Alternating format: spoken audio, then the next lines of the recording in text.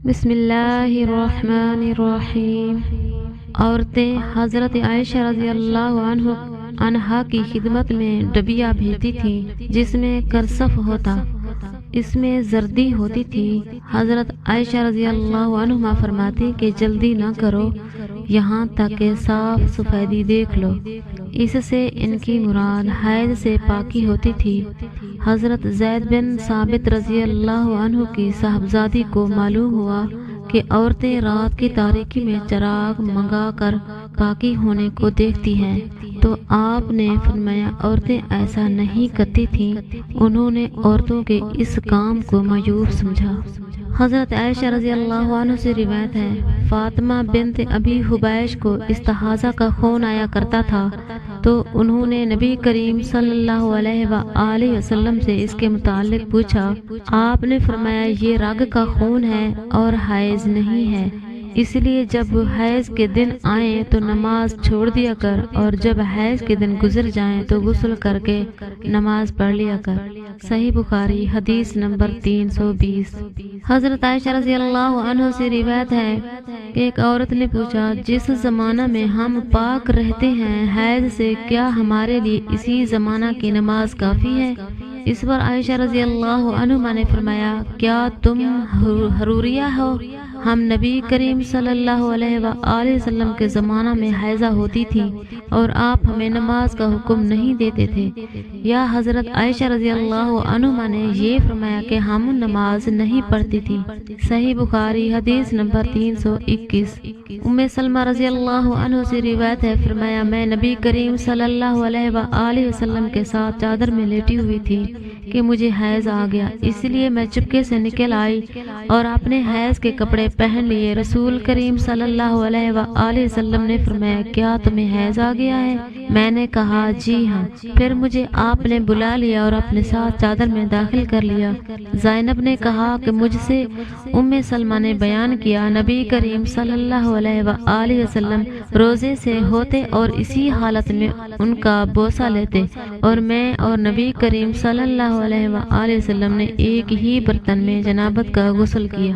صحیح بخاری حدیث نمبر 322۔ حضرت ام سلمہ رضی اللہ عنہ سے روایت ہے، انہوں نے بتلایا کہ میں نبی کریم صلی اللہ علیہ وآلہ وسلم کے ساتھ ایک چادر میں لیٹی ہوئی تھی کہ مجھے حیض آ گیا۔ میں چپکے سے چلی گئی اور حیض کے کپڑے بدل لیے۔ آپ نے پوچھا، کیا تجھ کو حیض آ گیا ہے؟ میں نے کہا جی ہاں۔ پھر مجھے آپ نے بلا لیا اور میں آپ کے ساتھ چادر میں لیٹ گئی۔ صحیح بخاری حدیث نمبر 323۔ حضرت حفصہ بن سیرین نے انہوں نے فرمایا، ہم اپنی کنواری جوان بچیوں کو عیدگاہ جانے سے روکتی تھی۔ پھر ایک عورت آئی اور بنی خلف کے محل میں اتری، اور انہوں نے اپنی بہن ام عطیہ کے حوالے سے بیان کیا، جن کے شوہر نبی صلی اللہ علیہ وآلہ وسلم کے ساتھ 12 لڑائیوں میں شریک ہوئے تھے، اور خود ان کی اپنی بہن اپنے شوہر کے ساتھ 6 جنگوں میں گئی تھی۔ انہوں نے بیان کیا کہ ہم زخمیوں کی مرہم پٹی کیا کرتی تھی اور مریضوں کی خبر گیری بھی کرتی تھی۔ میری بہن نے ایک مرتبہ نبی صلی اللہ علیہ وآلہ وسلم سے پوچھا کہ اگر ہم میں سے کسی کے پاس چادر نہ ہو تو کیا اس کے لیے اس میں کوئی حرج ہے کہ وہ نماز عید کے لیے باہر نہ نکلے؟ آپ نے فرمایا، اس کی ساتھی عورت کو چاہے کہ اپنی چادر کا کچھ حصہ اسے بھی اڑا دے، پھر وہ خیر کے مواقع پر اور مسلمانوں کی دعاؤں میں شریک ہوں، یعنی عیدگاہ جائیں۔ پھر جب ام عطیہ آئی تو میں نے ان سے بھی یہی سوال کیا۔ انہوں نے فرمایا، میرا باپ آپ پر فدا ہو، ہاں آپ صلی اللہ علیہ وآلہ وسلم نے یہ فرمایا تھا۔ اور ام عطیہ جب بھی حضرت صلی اللہ علیہ وآلہ وسلم کا ذکر کرتی تو یہ ضرور فرماتی کہ میرا باپ آپ صلی اللہ علیہ وسلم پر فدا ہو۔ انہوں نے کہا، میں نے آپ کو یہ کہتے ہوئے سنا تھا، جوان لڑکیاں، پردہ والیاں اور حائضہ عورتیں بھی باہر نکلیں اور مواقع خیر میں اور مسلمانوں کی دعاؤں میں شریک ہوں، اور حائضہ عورت جائے نماز سے دور رہے۔ حفصہ کہتی ہیں، میں نے پوچھا، کیا حیضہ بھی؟ تو انہوں نے فرمایا کہ وہ عرفات میں اور فلاں فلاں جگہ نہیں جاتی، یعنی جب ان جملہ مقدس مقامات میں جاتی ہیں تو پھر عید گاہ میں کیوں نہ جائیں۔ صحیح بخاری حدیث نمبر 324۔ حضرت عائشہ صدیقہ رضی اللہ عنہما کے واسطے سے خبر دی، فاطمہ بنت ابی حبیش رضی اللہ عنہما نے نبی کریم صلی اللہ علیہ وآلہ وسلم سے پوچھا کہ مجھے استحاضہ کا خون آتا ہے اور میں پاک نہیں ہو پاتی تو کیا میں نماز چھوڑ دیا کروں؟ آپ صلی اللہ علیہ وسلم نے فرمایا، نہیں، یہ تو ایک رگ کا خون ہے، ہاں اتنے دنوں میں نماز ضرور چھوڑ دیا کر جن میں اس بیماری سے پہلے تمہیں حیض آیا کرتا تھا، پھر غسل کر کے نماز پڑھا کر۔ صحیح بخاری حدیث نمبر 325۔ وہ ام عطیہ سے آپ نے فرمایا کہ ہم زرد اور مٹیالے رنگ کو کوئی اہمیت نہیں دیتی تھیں۔ صحیح بخاری حدیث نمبر 326۔ حضرت عائشہ رضی اللہ عنہما سے روایت ہے، فرمایا جو حضرت صلی اللہ علیہ وسلم کی بیوی ہیں کہ ام حبیبہ 7 سال تک مستحاضہ رہی، انہوں نے نبی کریم صلی اللہ علیہ وآلہ وسلم سے اس کے بارے میں پوچھا تو آپ نے انہیں غسل کرنے کا حکم دیا اور فرمایا یہ رگ کی وجہ سے بیماری ہے، پس ام حبیبہ ہر نماز کے لیے غسل کرتی تھی۔ صحیح بخاری حدیث نمبر 327۔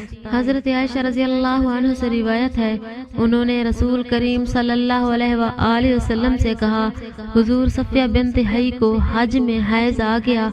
رسول اللہ صلی اللہ علیہ وآلہ وسلم نے فرمایا، شاید کہ وہ ہمیں روکیں گی، کیا انہوں نے تمہارے ساتھ طواف زیارت نہیں کیا؟ اور تو نے جواب دیا کہ کر لیا ہے۔ آپ نے اس پر فرمایا کہ پھر نکلو۔ صحیح بخاری حدیث نمبر 328۔ عبداللہ بن عباس رضی اللہ عنہ سے آپ نے فرمایا، حائضہ کے لیے جب کہ اس نے طواف افاضہ کر لیا ہو، رخصت ہے کہ وہ گھر جائے اور طواف وداع کے لیے نہ رکی رہے۔ صحیح بخاری حدیث نمبر 329۔ ابن عمر ابتدا میں اس مسئلہ میں کہتے تھے اسے بغیر طواف وداع کے جانا نہیں چاہیے، پھر میں نے انہیں کہتے ہوئے سنا کہ چلی جائے کیونکہ رسول اللہ صلی اللہ علیہ وسلم نے ان کو اس کی رخصت دی ہے۔ صحیح بخاری حدیث نمبر 330۔ حضرت عائشہ رضی اللہ عنہما سے انہوں نے کہا، نبی کریم صلی اللہ علیہ وسلم نے فرمایا، جب حیض کا زمانہ آئے تو نماز چھوڑ دے اور جب یہ زمانہ گزر جائے تو خون کو دھو اور نماز پڑھ۔ صحیح بخاری حدیث نمبر 331۔ عبداللہ بن بریدہ سے روایت ہے، وہ سمرہ بن جندب سے کہ ایک عورت ام کعب زچگی میں مر گئی تو حضور صلی اللہ علیہ وآلہ وسلم نے ان کی نماز جنازہ پڑھی، اس وقت آپ ان کے جسم کے وسط میں کھڑے ہوئے۔ صحیح بخاری حدیث نمبر 332۔